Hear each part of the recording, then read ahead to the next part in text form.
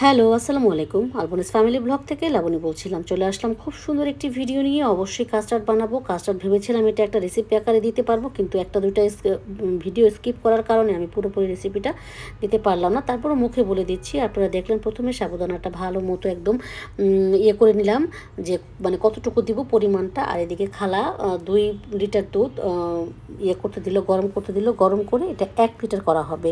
আর custard যেহেতু বানাবো, মানে সাবুদানার কাস্টার্ডটা আমি কখনো বানাই নাই, প্রথম বানালাম। আমার আপুর কাছ থেকে এটা শেখা।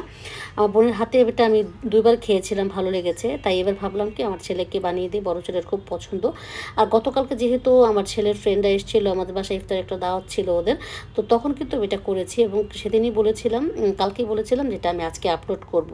এটা হচ্ছে গিয়ে যেহেতু ফল টল লাগবে, যার যেমন ফল পছন্দ, মানে কাস্টার্ডে এমন টাইপের ফল যেন দিতে পারবেন সেই টাইপের ফল দিবেন। হ্যাঁ, তো যাই হোক, আমি আর খালা সুন্দর মতো করে কিন্তু গোছালাম। এদিক দিয়ে খালা কিন্তু দুধটাকে গরম করে, মানে 2 লিটার দুধ 1 লিটার করে নিল।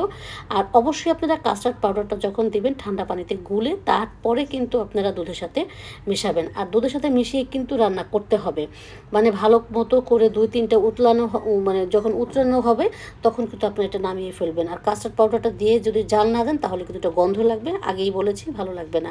আমি ওটাই স্কিপ করে গিয়েছি, সত্যি কথা বলতে কি ওটা আমি ভিডিও করেছি, কিন্তু ভিডিওটা পেলাম না। কেন পেলাম না আমি জানি না। তো ওইটা আমি একবারে পুরো রেসিপিটা আমি আর একটা দিন দিব আপনাদের জন্য। তো যাই হোক, এই ফল টল যেহেতু সাথে সাথে কিন্তু আপনারা কাটবেন, ফল কেটে রাখবেন না। ওই যে দেখেন আমি দুধটা কিন্তু গরম করে রেখেছিলাম, আর সাথে কিন্তু যে কাটতেছি, আর কিন্তু ঠান্ডা হলে আমি দিয়ে দিব। আর কাস্টার্ড, সরি, ওই যে সাবুদানাটা আমি একদম ইয়ে করেছিলাম, সিদ্ধ করেছিলাম। সিদ্ধ করে কিন্তু অবশ্যই ঠান্ডা পানিতে ধুয়ে আপনারা ঝরা দিয়ে রাখবেন। ঠান্ডা পানিতে না ধুলে কিন্তু দলা পেকে যাবে, আমি বারে বারে বলছি। এই ফল টল কাটা হয়ে গেলে সাবুদানাটা দিয়ে দুধের মধ্যে দিয়ে খুব সুন্দর করে আপনারা একটু নাড়া দিবেন। আর দুধটা কিন্তু ঠান্ডা হয়ে গেলে তারপরে কিন্তু অবশ্যই আপনারা ফলটা দিবেন। গরম দুধে কখনোই ফ্রুটস দিতে যাবেন না, তাতে কিন্তু ভালো হবে না, ঠিক আছে? আর এই যে সাবুদানাটা দেখতে পাচ্ছেন, এটা আমার এতখানি হয়েছে, তারপরেও কিন্তু কম হয়েছে। আর দুধের সাথে যখন মিশাবো না, যেহেতু এখানে 1 কেজি, আমার সাবুদানাটা একটু কম হয়ে গেছে।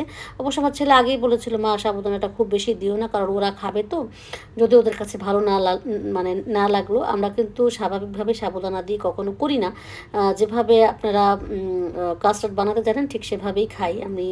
এই জন্য ভাবলাম যে এবার একটু করে দেখি। এটা করার আগে কিন্তু আমি আরেকটা দিন বানিয়েছি, ঠিক আছে? ওটা সুন্দর একটা আমি রেসিপি দিতে পারতাম, কিন্তু এটা আমার ভিডিও করা ছিল, তাই এটা আজকে দিয়ে দিলাম। আর এদিকে আমি 2টা পাত্রে কিন্তু আমি সুন্দর করে দুধটা ঢেলে নিলাম।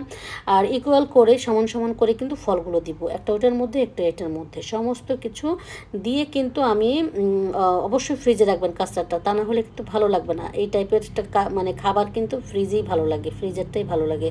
তো আমি সুন্দর মতো ফলগুলো দিয়ে মিলেমিশে কিন্তু রেখে দিয়ে তারপরে কিন্তু সুন্দর করে কাগজ দিয়ে মুড়িয়ে আমি ফ্রিজে রাখবো ঠান্ডা হওয়ার জন্য। আর এই কাজটা কিন্তু আমি করেছিলাম সকাল সকাল 11টা-12টার দিকে, গতকালকে আর কি, করে আমি ফ্রিজে রেখে দিয়েছিলাম। আর ইফতারের কিছুক্ষণ আগে নামিয়েছিলাম, ভালো লেগেছিল। আর আমার বাচ্চার ফ্রেন্ডরা খেয়ে, টিচার খেয়ে খুব পছন্দ করেছে। আর আমি কিন্তু এখন পর্যন্ত খাই নাই, কারণ আমার সত্যি কথা বলতে মিষ্টি আইটেমটা একটু কম পছন্দ করি। তারপরে একটু খেয়ে দেখা উচিত ছিল। আমার বড় ছেলে বলতেছিল, মা আমার কাছে খুব ভালো লাগছে। মানে ওর ওর মা, আমি যা করি না কেন ভালো লাগে, এটাই মনে হয় স্বাভাবিক। মা তো, মায়েরটা খুব ভালোই লাগে। আর ওর যেহেতু এই টাইপের জিনিস পছন্দ, দেখবেন যার যেটা পছন্দ তার কিন্তু একটু খারাপ হলেও সমস্যা মানে সমস্যা হয় না, আমি যতটুকু জানি। যার যেটা পছন্দ তার একটু পরিমাণে একটু বেশি দিলেও ভালো লাগে, আর একটু একটু মানে অল্প অল্প দিলেও ভালো লাগে। সে সব কিছু মিলিয়ে যেহেতু পছন্দ হয়েছে ওর। আর এর আগেও একবার বানিয়েছিলাম, যেহেতু তখনও ভালো লেগেছে। এবার একটু বেশি পরিমাণ বানিয়েছি, যেহেতু সবাই খাবে দাবে। আর আমার বাসায় কিন্তু ও ছাড়া কেউই খায় না এই এই জিনিসটা। আর গেস্ট আসলে তো গেস্ট খাবেই, এটাই স্বাভাবিক।